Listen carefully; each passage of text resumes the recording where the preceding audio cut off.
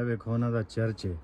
ਉਹਨਾਂ ਲਿਖਿਆ the cathedral is open for visiting prayer and reflection, you are welcome to come inside. ਐਡਾ ਸੋਹਣਾ ਹੈ, ਸਾਫ ਸੁਥਰਾ ਹੈ, ਤੇ ਆਂਦੇ ਨੇ ਜਿਹੜਾ ਮਰਜ਼ੀ ਅੰਦਰ ਆ ਜਾਏ। ਤੇ ਸਾਡੀਆਂ ਮਸਜਿਦਾਂ ਦੇ ਉੱਤੇ ਲਿਖਿਆ ਹੁੰਦਾ ਅਹਿਲੇ ਹਦੀਸ, ਅਹਿਲੇ ਸੁन्नत वल जमात, अहले जहालत वल जमात, अहले फलानत वल जमात। यानी कि ਅਸੀਂ ਆਪਣੀਆਂ ਮਸਜਿਦਾਂ ਦੇ ਵਿੱਚ ਵੀ ਆਪਣੇ ਭਰਾਵਾਂ ਨੂੰ ਵੈਲਕਮ ਨਹੀਂ ਕਰਦੇ। ਇਹ ਸਾਨੂੰ ਦੂਜੇ ਦਿਨ ਮੈਸੇਜ ਕਰਦੇ ਨੇ ਜੀਸਸ ਤੁਹਾਨੂੰ ਬਚਾਉਣਾ ਚਾਹੁੰਦੇ ਨੇ, ਤੁਸੀਂ ਬਚਣਾ ਚਾਹੁੰਦੇ ਹੋ ਕਿ ਨਹੀਂ। ਇਹਨਾਂ ਨੂੰ ਕੀ ਪਤਾ ਅਸੀਂ ਪਹਿਲਾਂ ਹੀ ਜੀਸਸ ਨਾਲ ਮੁਹੱਬਤ ਕਰਨੇ ਆ। ਖੈਰ ਉਹ ਵਿਚਾਰੇ ਬੜੀ ਕੋਸ਼ਿਸ਼ ਕਰ ਰਹੇ ਨੇ ਕਿਸੇ ਤਰੀਕੇ ਲੋਕ ਅੰਦਰ ਆ ਜਾਣ। ਲੋਕ ਰੱਬ ਕੋਲੋਂ ਨੱਸ ਗਏ ਨੇ, ਲੋਕਾਂ ਨੇ ਕੀ ਅੰਦਰ ਹੋਣਾ। ਤੇ ਸਾਡੇ ਹਾਲੇ ਲੋਕ ਰੱਬ ਕੋਲੋਂ ਨਹੀਂ ਨੱਸਣ ਡੇ।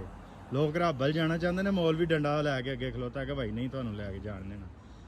ਜਿੰਨੀ ਦੇਰ ਤੱਕ ਸਾਡੀਆਂ ਮਸਾਜਿਦ 8 ਸਾਲ ਦਾ ਤੁਸੀਂ ਕੋਰਸ ਕਰਨਾ ਹੈ ਕਿ ਕਿਸੇ ਵੀ ਮਸਲਕ ਦਾ ਕੋਈ ਬੰਦਾ ਹੈ, 2 ਸਾਲ ਸੁੰਨੀ, 2 ਸਾਲ ਦਿਓਬੰਦੀ, 2 ਸਾਲ ਵਾਬੀ ਤੇ 2 ਸਾਲ ਸ਼ੀਆਂ ਦੇ ਮਦਰਸੇ ਦੇ ਵਿੱਚ ਤੁਸੀਂ ਪੜ੍ਹੋ।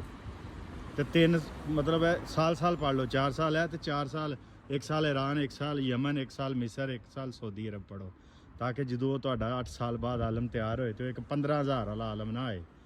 ਉਹਨੇ ਦੁਨੀਆ ਦੇ 4-5 ਵੱਡੇ ਇਸਲਾਮੀ ਮੁਲਕ ਫਿਰੇ ਹੁਣ, ਸਾਰੇ ਮਸਾਲਕ ਦੇ ਉਸਤਾਜ਼ਾ ਉਹਦੇ ਉਸਤਾਜ਼ਾ ਹੁਣ। ਜਿਹੜੀ ਗੱਲ ਉਹ ਕਰੇਗਾ ਨਾ, ਉਹ ਗੱਲ ਹੋਏਗੀ ਜਿਹੜੀ ਸਾਨੂੰ ਦੁਨੀਆ ਔਰ ਆਖਰਤ 'ਚ ਫਾਇਦੇਮੰਦ ਹੋਏਗੀ।